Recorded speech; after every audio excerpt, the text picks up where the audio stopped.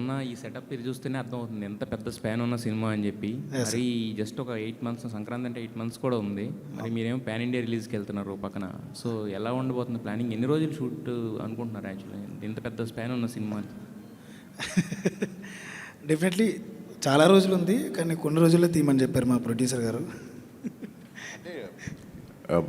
Actually speaking సరే ఒక 6-7 months నుంచి ప్రీ ప్రొడక్షన్ చేస్తున్నారు. మేమందరం వాలీబాల్ ప్రాక్టీస్ అన్నీ కూడా ఒక 2 నెలల నుంచి స్టార్ట్ చేసి పెట్టారు. నేను సినిమా మొన్న షూటింగ్ ఫినిష్ చేసి ఇప్పుడు జాయిన్ అవ్వబోతున్నాను.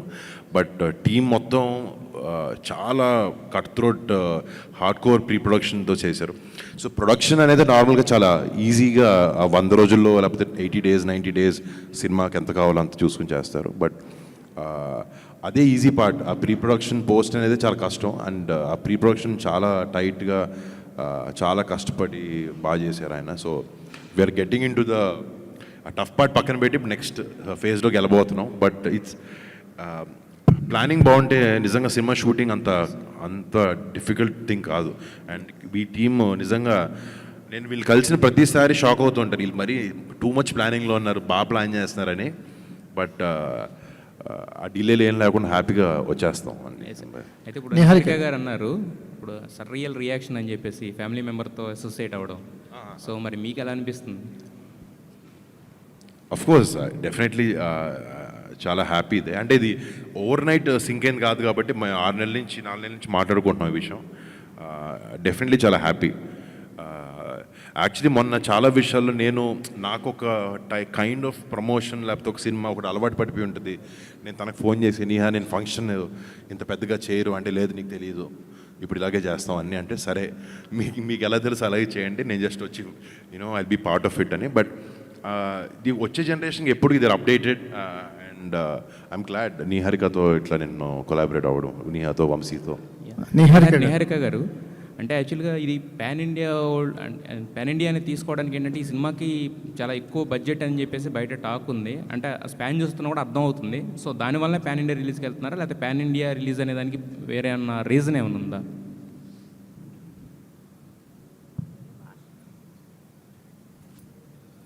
వేరే భాషల వాళ్ళకి అర్థం కావాలని వేరే లాంగ్వేజెస్ రాసామండి. అందరికీ మనం చేసే సినిమా రీచ్ అవ్వాలని. కానీ నేను పాన్ ఇండియా ఫిలిం చేస్తాను, లేకపోతే తెలుగు సినిమానే పాన్ ఇండియాలోకి చూపిస్తాను, అది రిలీజ్ అప్పుడు చూస్తారు.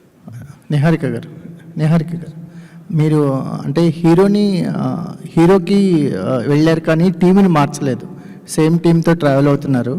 So that's a good thing అండి. ఎందుకంటే హీరో మారినప్పుడు జనరల్గా టీం కూడా మారుతుంటుంది. మీరు మీ టీంలోకి హీరోని తెచ్చుకున్నారు. సో దట్స్ గుడ్ థింగ్ అనిపిస్తుంది. ఇంకోటి రియల్ ఇన్సిడెంట్స్ ఏమన్నా కనిపించవచ్చా? రియల్ ఇన్సిడెంట్స్ ఏమన్నా ఇన్స్పిరేషన్ ఉందా ఈ సినిమాకి? రియల్ ఇన్సిడెంట్స్ సార్, వంశీ గారు ఏ సినిమా చేసినా రియల్ ఎమోషన్స్ ఉంటాయి sir. And the emotions come from some real situations. అంతే. వంశీ గారు ఈ కథనే బరిలో తెగడానికి మీకు ఎంత టైం పట్టింది? అంటే కమిటీ కూరల తర్వాత ఇదే కథ అనుకున్నారా, లేకపోతే ఈ కథ మీకు ఎలా ఆప్షన్ అయింది? అంటే ఇది కాదండి, వేరే కథ అనుకున్నాను నేను. తర్వాత కమిటీ కూరలు అవ్వగానే ఒక 1 year తిరిగా. ఆ తర్వాత ఎందుకో ఇది వర్కౌట్ అవ్వట్లేదు, మన టైప్ ఆఫ్ మైండ్ సెట్ ఇంకేదో చేయాలని చెప్పి దెన్ ఒక కథ అనుకున్నా వాలీబాల్ బేస్డ్ మీద. నాకెవరూ కనపడలేదు ఇంకా వర్ణన తప్పితే. ఈ నిహారిక గారి దగ్గరికి మళ్ళీ అటు తిరిగి మళ్ళీ నిహారిక గారి దగ్గరికి వచ్చాను అనమాట. మేడం నాకు కథ చెప్తా, నాకు ఎవరు కావాలో అడుగుతా అని చెప్పి ఒక 15 minutes కథ చెప్పి నాకు వరుణ్ గారు కావాలి అని అడిగాను అనమాట. అంటే కథ వినగానే మేడంకి నచ్చింది. సరే నువ్వు ఇలా కాదు నా దగ్గరికి వచ్చి వరుణ్ గారు అని చెప్పడం కాదు, కథ బాగుంది, ముందు కథ రాసేయండి పూర్తిగా, ఆ తర్వాత నిజంగా వరుణ్ గారికి సెట్ అవుతుందంటే అప్పుడు వెళ్దాం అన్నారు. మళ్ళీ 3 months తర్వాత మళ్ళీ కథ మొత్తం పూర్తి చేసుకుని మేడం దగ్గరికి వెళ్ళా. Yes this is for Varun garu అని మేము అనుకున్న తర్వాత దెన్ వీ అప్రోచ్డ్ వరుణ్ గారు. అలా అయిందనమాట. It takes nearly 1.5 year time. Good luck sir. Thank you. Niharika గారు మేడం, ఇప్పటిదాకా మీరు ఆడిన గేమ్ అంతా ఒక నదిలో ప్రశాంతంగా తిరిగిన వాతావరణంలా ఉంటుంది. ఇప్పుడు ఇది సముద్రంలో ఈతలాగా ఉంటుంది. ఎందుకంటే సంక్రాంతికి వస్తున్నామని ముందే డేర్గా చెప్పడం అనేది ఇంతవరకు షూటింగ్ కూడా స్టార్ట్ అవ్వకుండా చాలా పెద్ద గేమ్. ఎవరికన్నా చెక్ పెట్టడం కోసం ముందు ఇలా అనౌన్స్ చేస్తున్నారా, లేకపోతే మీకు నిజంగా పర్ఫెక్ట్ ప్లాన్ ఉండిందా? అంతే సార్. అంటే మేము ఎప్పుడు సార్ ఈ సినిమానే కాదు సార్, మేము ఫస్ట్ సినిమా కమిటీ కుర్రోళ్ళప్పటి నుంచి మేము ప్రీ ప్రొడక్షన్ చాలా ఎక్కువ చేసి షూటింగ్ డేస్ క్లుప్తంగా ఫినిష్ చేసుకుంటే I think that's the best way of working. అప్పుడు ప్రొడక్షన్ అప్పుడు మనకి ఇంకా క్లారిటీ ఉంటుంది. ఈ సినిమా కూడా మేము చాలా మంత్స్ నుంచి ఐ మీన్ వరుణ్ గారు కొన్ని మంత్స్ బ్యాక్ వచ్చారు కానీ Vamshi garu more than year నుంచి we've been working on this. So అది ప్లానింగ్ పర్ఫెక్ట్గా జరిగింది కాబట్టి మేము షూట్ డేస్ తక్కువ. సో యాక్చువల్గా చూసుకుంటే మాకు చాలా టైం ఉంది సంక్రాంతి వరకు. యాక్చువల్లీ రాఖీ పండగకి సిస్టర్కి గిఫ్ట్ ఇస్తానంటారు. ఒకవేళ మీ బ్రదరు రాఖీకి సందర్భంగా మీకు ఇలాగా ఒక డేట్స్ గిఫ్ట్ ఇచ్చారా అన్నట్టుగా అనిపిస్తుంది. రాఖీ రోజే చెప్పాడు సార్ సినిమా చేస్తానని. ఓకే అండి, ఆల్ ది బెస్ట్. యదువంశి గారు హాయ్ అండి. యాక్చువల్లీ మీరు ఆడిషన్స్ చేశారు కొత్త వాళ్ళకి ఈ సినిమాకి సంబంధించి.